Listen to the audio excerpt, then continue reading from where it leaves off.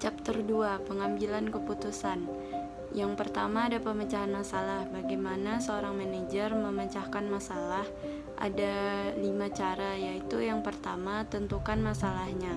Agar kita tidak membingungkan masalah dengan gejala masalah. Misalnya, seharusnya Anda telah melamar beberapa pekerjaan, tetapi belum menerima undangan wawancara apapun. Masalahnya bukanlah kurangnya undangan wawancara, itu hanya gejala masalah. Ada beberapa alasan kita tidak diminta untuk wawancara.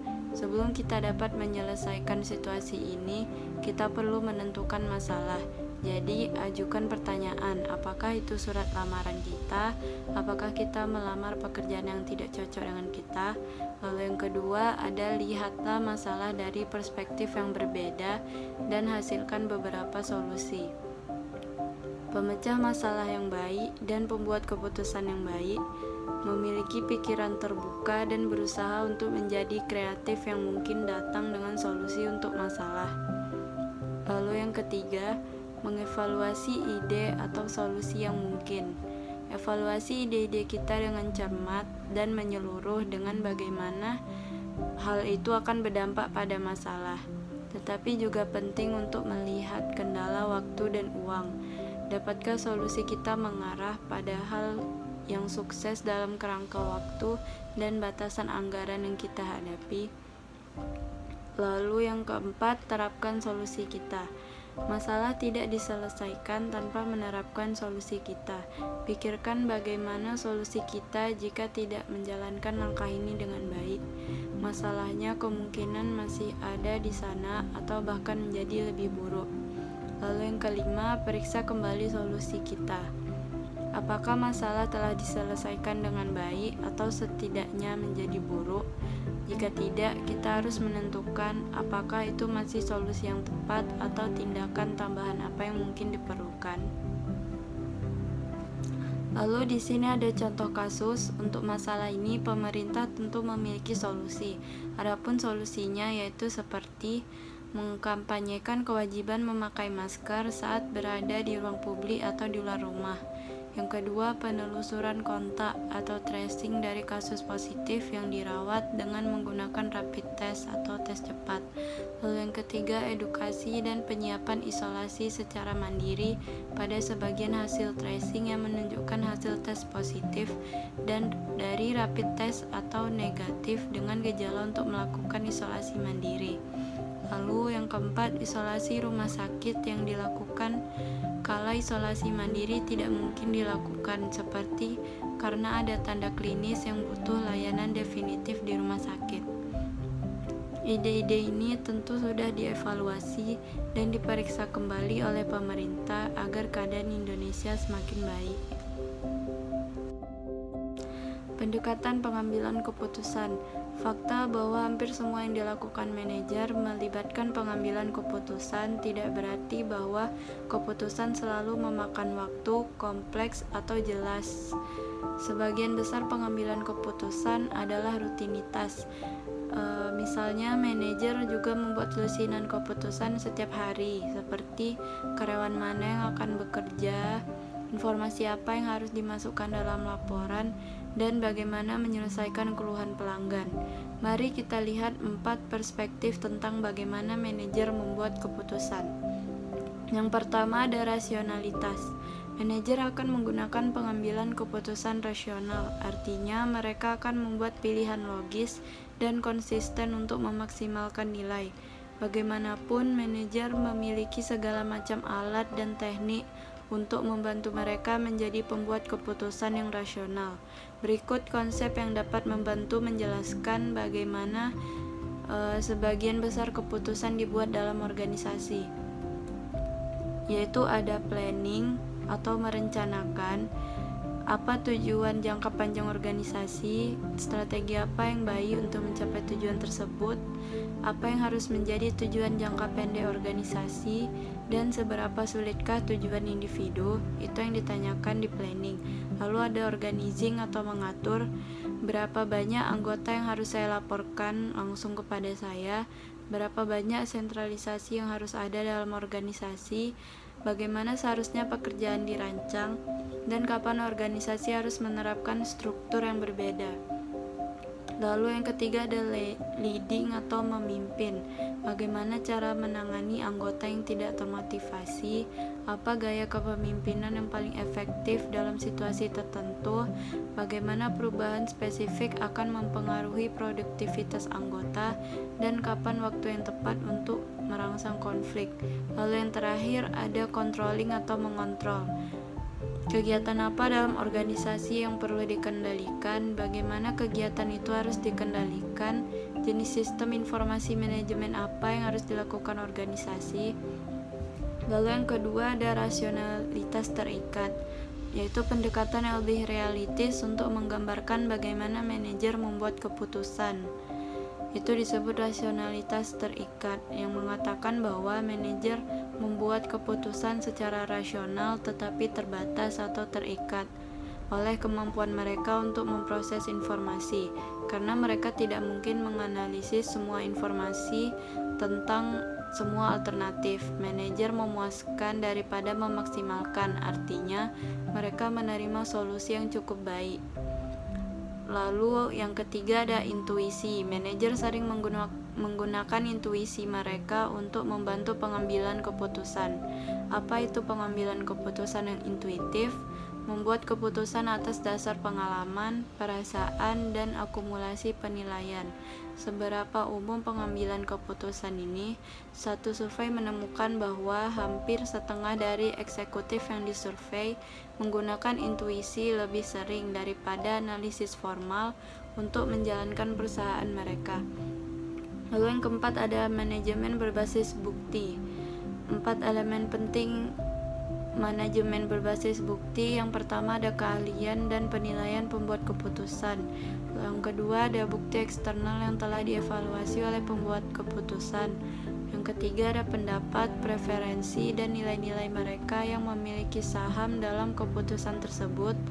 Lalu yang keempat ada faktor organisasi internal yang relevan seperti konteks, keadaan, dan anggota organisasi. Lalu ada teknik pengambilan keputusan yang efektif.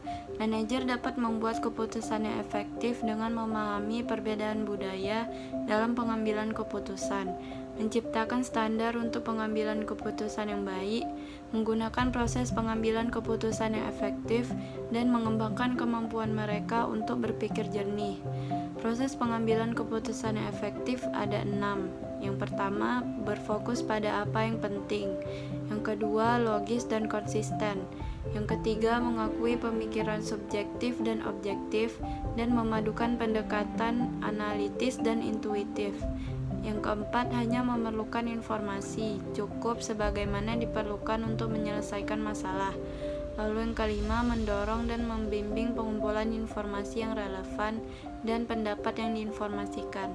Lalu yang kelima, mudah, dapat diandalkan, mudah digunakan, dan fleksibel. Lalu yang keenam, mendorong dan membimbing pengumpulan informasi yang relevan dan pendapat yang diinformasikan.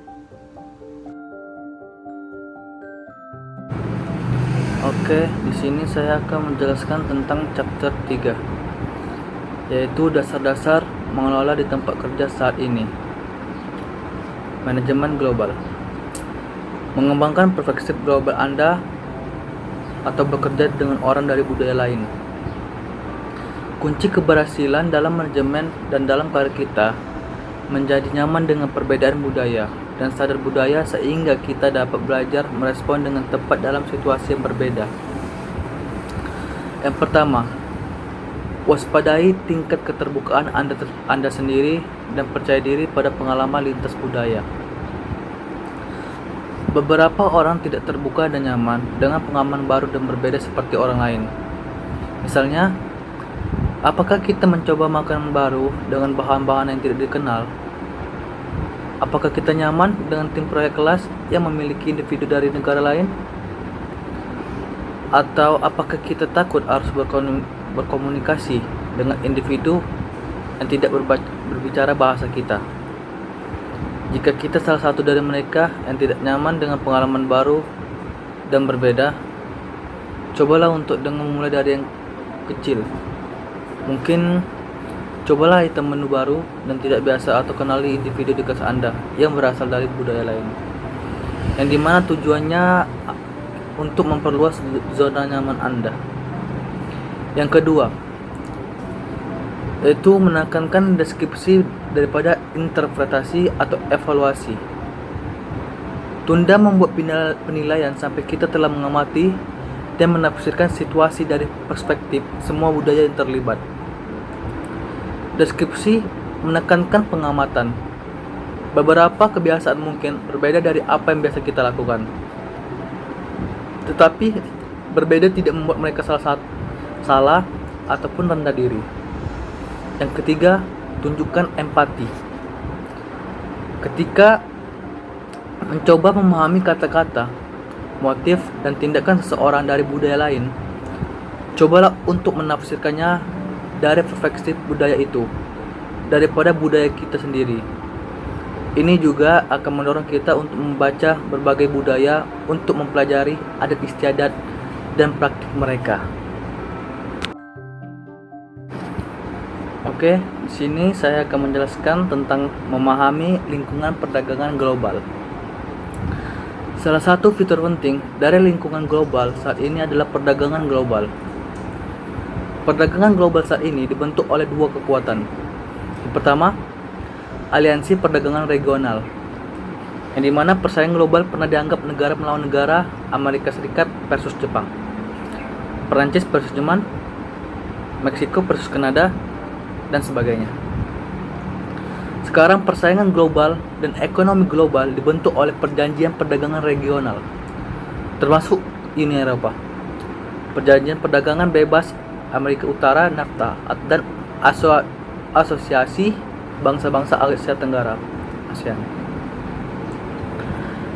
Dan di sini ada RCEP, dorong perdagangan regional dalam menghadapi perang dagang hingga pandemi, di mana para ekonom menyampaikan bahwa pengesahan kemitraan ekonomi komprehensif regional yang kita sebut RCEP pekan lalu akan mendorong peran regionalisasi, menggantikan tren globalisasi dalam perdagangan global yang sedang berada di bawah tekanan akibat perang dagang maupun pandemi. RCEP ditandatangani oleh 10 negara ASEAN dan 5 negara mitra, yaitu Jepang, Cina, Australia, Selandia Baru, dan Korea Selatan. Perjanjian ini akan menghapus sebagian besar tarif impor di setiap negara untuk memfasilitasi arus barang dan jasa dari 15 negara penandatanganan RCEP. Indonesia sebagai penggagas perjanjian ini pada 2011 untuk mengakomodasi tekanan Jepang dan Cina RCEP, yang dimana akan meningkatkan komunikasi internasional, transportasi, logistik, dan keuangan internasional, serta investasi di antara negara-negara peserta. RCEP ini menjadi blok perdagangan bebas terbesar di dunia, yang dimana total PDB sebesar US$ 2,62 triliun atau 30% dari PDB dunia dan menyumbang sekitar 28% dari perdagangan dunia. Oke, yang kedua yaitu mekanisme perdagangan global. Perdagangan global di antara negara-negara tidak hanya terjadi sendiri. Ketika masalah perdagangan muncul, sistem perdagangan global memastikan bahwa perdagangan terus berjalan secara efisien dan efektif. Di sini ada 4 mekanisme perdagangan global yang penting. Yang pertama, Organisasi Perdagangan Dunia, Dana Moneter Internasional, Grup Bank Dunia, dan yang terakhir yaitu Organisasi untuk Kerjasama Ekonomi dan Pembangunan. Yang pertama tadi yaitu Organisasi Perdagangan Dunia atau WTO. Saat ini WTO adalah satu-satunya organisasi global yang berurusan dengan aturan perdagangan di antara negara-negara. Keanggotaannya terdiri dari 161 negara anggota dan 24 pemerintah pengamat. Tujuan WTO adalah untuk membantu negara-negara melakukan perdagangan melalui sistem aturan. Dan yang kedua yaitu ada tadi Dana Moneter Internasional atau IMF. IMF ini adalah organisasi dari 188 negara yang mempromosikan kerjasama moneter internasional dan memberikan negara-negara anggota saran kebijakan, pinjaman sementara, dan bantuan teknis untuk membangun dan menjaga stabilitas keuangan dan untuk memperkuat ekonomi. Selama gejolak keuangan global beberapa tahun, IMF berada di garis depan untuk memberi saran kepada negara dan pemerintah dalam melewati kesulitan, yaitu kerjasama internasional dalam industri halal. Indonesia terbuka bagi semua negara. Di sini dalam organisasi perdagangan dunia atau kita sebut WTO, Indonesia aktif menyosialisasikan regulasi halal yang sebelumnya bersifat voluntary kini menjadi mandatory. Indonesia telah menotifikasi berbagai regulasi halal, yakni dalam Undang-Undang nomor 33 tahun 2014 dan PP nomor 31 tahun 2019 dan PMA nomor 26 tahun 2019. Di sini dalam sidang WTO yang berlangsung tanggal 28 sampai 29 Oktober 2020, Indonesia menotifikasi PMA nomor 26 tahun 2019 pada pasal yang terkait dengan produk yang wajib bersertifikat halal. Untuk mewujudkan komitmen tersebut, sesuai dengan Renstra Kementerian Agama tahun 2020 sampai 2024, akan dialokasikan anggaran lebih dari 771 miliar atau sekitar 52,6 juta US dollar untuk program penyelenggaraan jaminan produk halal dalam 5 tahun ke depan, untuk kerjasama internasional dalam industri halal, serta Indonesia terbuka bagi semua negara untuk bekerja sama. Chapter 4, menilai tenaga kerja yang beragam. Apa itu keragaman tempat kerja? Keragaman tenaga kerja didefinisikan sebagai cara di mana orang-orang dalam organisasi berbeda dan mirip satu sama lain. Ini memperkuat keyakinan bahwa manajer dan organisasi harus memandang karyawan memiliki kualitas yang sama serta perbedaan yang memisahkan mereka. Mengapa mengelola keragaman tenaga kerja itu penting? 1. Di bidang manajemen orang, dalam manajemen orang, yaitu penggunaan bakat karyawan yang lebih baik, meningkatkan kualitas tim, menyelesaikan masalah, upaya kemampuan untuk menarik dan mempertahankan karyawan dengan latar belakang yang beragam. 2. Kinerja organisasi, yaitu mengurangi biaya yang terkait dengan omset tinggi, absen, dan tuntutan hukum. Lalu, meningkatkan kemampuan pemecahan masalah dan meningkatkan fleksibilitas sistem. Yang ketiga, strategi, yaitu pertama, pemahaman yang meningkat dari marketplace yang meningkatkan kemampuan untuk memasarkan yang lebih baik kepada konsumen yang beragam. Selanjutnya, berpotensi meningkatkan pertumbuhan penjualan dan meningkatkan pangsa pasar. Lalu, sumber keunggulan kompetitif karena upaya inovasi yang ditingkatkan. Lalu yang terakhir, dipandang sebagai moral dan etis.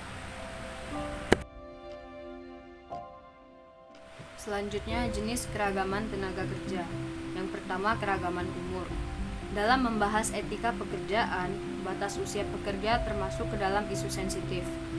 Beberapa pengusaha nakal mempekerjakan anak-anak di bawah umur karena adanya beberapa pertimbangan. Salah satu yang paling utama yaitu biasanya pekerja anak bersedia dibayar lebih murah daripada pekerja yang sudah dewasa. Sesuai dengan ketentuan pasal 2 ayat 1 konvensi, Indonesia melampirkan pernyataan yang menetapkan bahwa batas usia minimum untuk diperbolehkan bekerja yang diberlakukan di wilayah Republik Indonesia adalah 15 tahun. Yang kedua, jenis kelamin. Perempuan dan laki-laki sekarang masing-masing membentuk hampir setengah dari tenaga kerja. Namun, masalah keragaman gender masih cukup lazim dalam organisasi. Tidak ada perbedaan pria-wanita dalam memecahkan masalah, keterampilan analitis, dorongan kompetitif, motivasi, sosibilitas, atau kemampuan belajar. Penelitian psikologis telah menemukan perbedaan kecil. Wanita cenderung lebih setuju dan bersedia untuk menyesuaikan diri dengan otoritas, sementara pria lebih agresif dan cenderung memiliki harapan keberhasilan. Pria dan wanita sama-sama kompeten sebagai manajer. Ketiga, keragaman agama. Keyakinan agama juga dapat melarang atau mendorong perilaku kerja. Banyak orang Yahudi konservatif, percaya mereka tidak boleh pergi pada hari Sabtu. Beberapa orang Kristen tidak ingin bekerja pada hari Minggu. Dalam mengakomodasi keragaman agama, manajer perlu mengenali dan mewaspadai berbagai agama dan keyakinan mereka, memberikan perhatian khusus ketika hari besar keagamaan tertentu. Chapter 5. Etika dalam manajemen.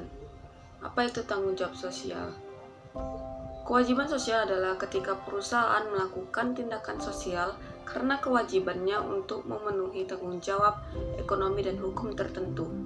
Organisasi melakukan apa yang diwajibkan dan tidak lebih. Dapat didefinisikan bahwa tanggung jawab sosial sebagai niat bisnis di luar kewajiban hukum dan ekonominya untuk melakukan hal yang benar dan bertindak dengan cara yang baik bagi masyarakat. Organisasi yang bertanggung jawab secara sosial melakukan apa yang benar karena memiliki rasa tanggung jawab etis dan untuk melakukannya. Contoh kasusnya yaitu PT Sumber Alvaria Trijaya Tbk atau Alfamart bekerja sama dengan Pepsodent Herbal, yaitu tiap beli 2 Pepsodent di Alfamart sama dengan menyumbang Rp2.000 untuk buka puasa bersama kaum duafa, dan mereka juga menggelar buka bersama dengan anak yatim piatu. Manajer dan perilaku etis. Orang yang tidak memiliki rasa moral yang kuat cenderung tidak melakukan hal yang salah jika mereka dibatasi oleh peraturan organisasi atau deskripsi pekerjaan yang tidak menyetujui perilaku tersebut. Sebaliknya, individu sangat bermoral dapat dirusak oleh struktur organisasi yang mengizinkan atau mendorong praktik yang tidak etis. Faktor-faktornya yaitu 1. Kekuatan ego yang tinggi. 2. Locus of control adalah sejauh mana orang percaya bahwa mereka mengendalikan nasib mereka sendiri. 3. Intensitas masalah.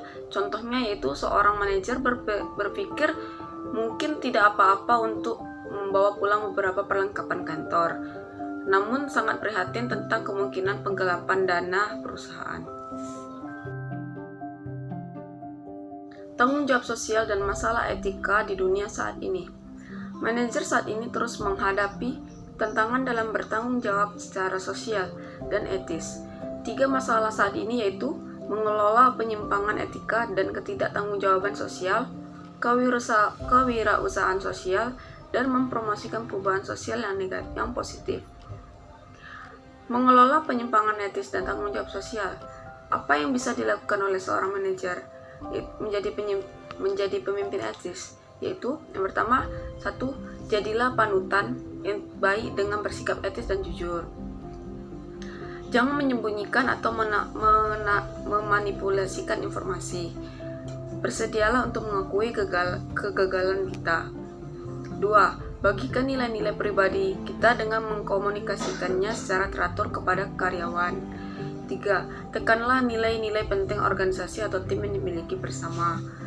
4. Gunakan sistem penghargaan untuk meminta pertanggungjawaban setiap orang terhadap nilai.